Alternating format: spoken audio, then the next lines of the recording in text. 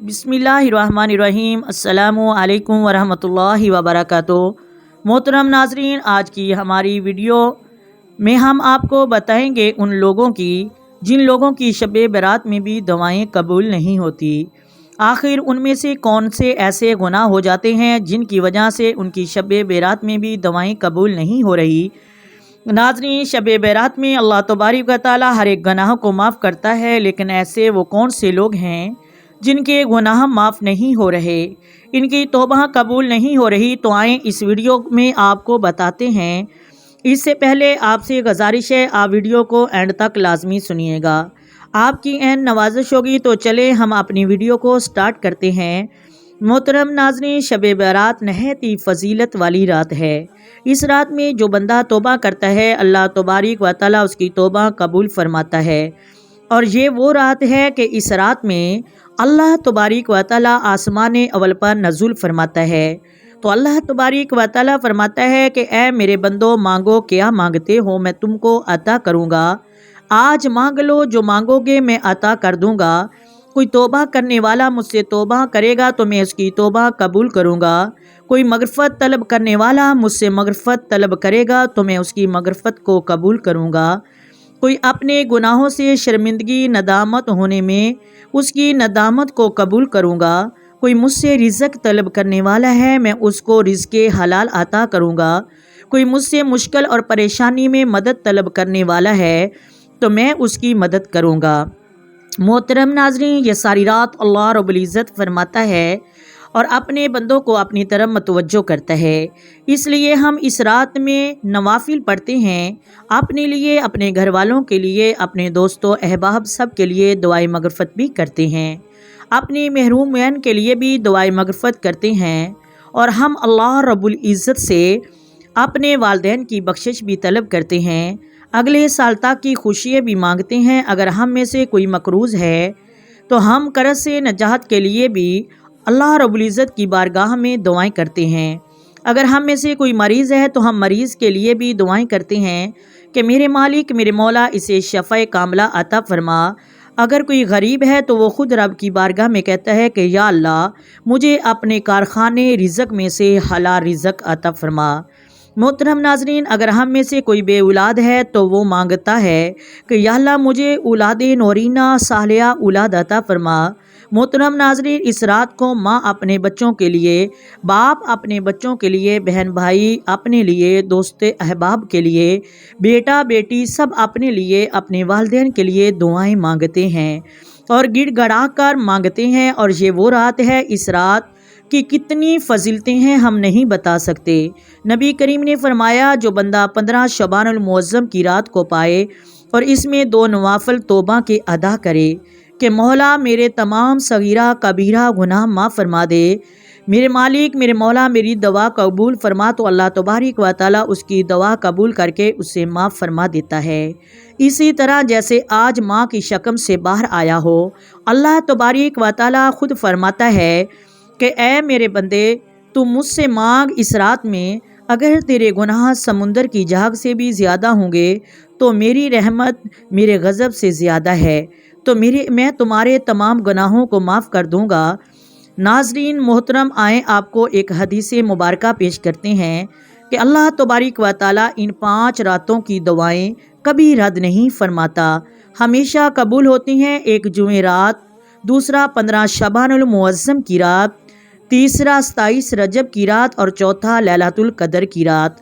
5वीं ईद नमाज के बाद अल्लाह तबारक व तआला इन रातों में दुआएं कबूल फरमाता है।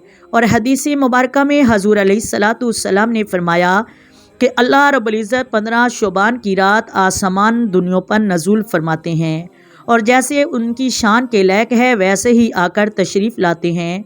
और अल्लाह तबारक व तआला बाद इस मगरब 15 शबानुल मुअज़्ज़म की मगरब के बाद तशरीफ़ लाते हैं और सुबह फजर तक अपने बंदों के साथ ख़ास करम में रहते हैं। और ये ख़ासियत सब लोगों के लिए होती है। अल्लाह रब्बुल इज़्ज़त ख़ुद फरमाता है कि मैं हर एक की तौबा कबूल करता हूँ जो मुझसे मांगता है, सवाए चंद लोगों के, यानी चंद लोगों की तौबा अल्लाह रब्बुल इज़्ज़त कबूल नहीं फरमाता। اگر وہ لیلۃ القدر میں بھی مجھ سے توبہ کریں تو میں ان کی توبہ قبول نہیں کرتا، انہیں نہیں بخشتا۔ یعنی اتنی بڑی لیلۃ القدر رمضان المبارک کی رات، اللہ تبارک و تعالیٰ اس رات میں بھی توبہ قبول نہیں فرماتا۔ آخر وہ کون لوگ ہیں؟ تو سب سے پہلے اس میں مشرک ہیں۔ مشرک کی رب توبہ قبول کبھی بھی نہیں فرماتا۔ وہ جتنی بھی دعائیں کر لے، مغفرت مانگ لے، جب تک وہ اپنے مشرک کو نہیں چھوڑے گا، اپنے شرک کو نہیں چھوڑے گا، اللہ رب العزت تب تک اسے معاف نہیں کرے گا۔ نمبر 2، مشاہین۔ مشاہین اسے کہتے ہیں جو اپنے اندر دوسروں کے لیے بغض، عداوت زیادہ رکھتا ہے۔ تو ہمارے معاشرے میں محترم ناظرین اس کی بھاری اکثریت ہے۔